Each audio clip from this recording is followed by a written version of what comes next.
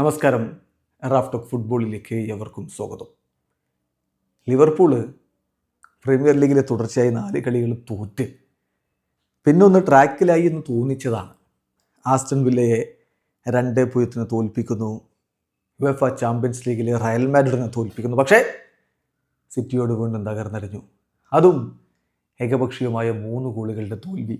Erling Haaland ഒരു penalty മമ്മദാഷ്വിലി തടഞ്ഞു. എന്ത് കാര്യം? ഹാലൻഡ് അവൻ്റെ ഗോളിൻ്റെ വേണം തുടർന്നു. പിന്നീട് ഒരു ഗോൾ അവൻ അടിച്ചു. പക്ഷെ ഇതിൽ എടുത്തു പറയുന്നത് ഡോക്ക് കളിച്ച കളിയാണ്. തീ പറക്കുന്ന കളിയാണ് അദ്ദേഹം കളിച്ചത്. കൂടാതെ ഗോൺസാലസിൻ്റെ വക ഒരു ഗോളും വന്നു.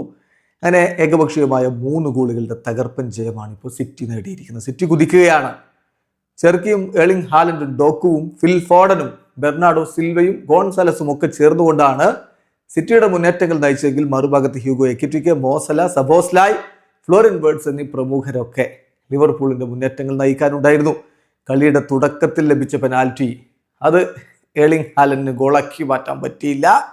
അത് തടഞ്ഞിട്ടു മമ്മദാഷ്വിലി. പക്ഷേ 13ാമത്തെ മിനിറ്റിൽ ആ പെനാൽറ്റി മിസ്സിന് മത്സരം അരമണിക്കൂർ പിന്നീട് മുമ്പ് തന്നെ എർലിംഗ് ഹാലൻഡ് പരിഹാരം ചെയ്ത് കഴിഞ്ഞിരുന്നു. 29ാമത്തെ മിനിറ്റിൽ ഹാലൻഡിന്റെ ഗോൾ പിറക്കുന്നു. ആദ്യ പകുതി അവസാനിക്കുന്നതിന് തൊട്ട് മുമ്പായിട്ട് ഗോൺസാലസിന്റെ ഗോൾ കൂടി പിറന്നപ്പോൾ 2-0 ലീഡുമായിട്ടാണ് സിറ്റി കളിക്കളം വിട്ടത്. രണ്ടാം പകുതിയിൽ 63ാമത്തെ മിനിറ്റിലാണ് ഡോക്കു അർഹിച്ച ഗോൾ കണ്ടെത്തുന്നത്. സോ ഏകപക്ഷീയമായ 3 ഗോളിന്റെ തകർപ്പൻ ജയം സിറ്റി നേടി. 11 കളികൾ 22 പോയിന്റുമായിട്ട് സിറ്റി രണ്ടാമതാണ്.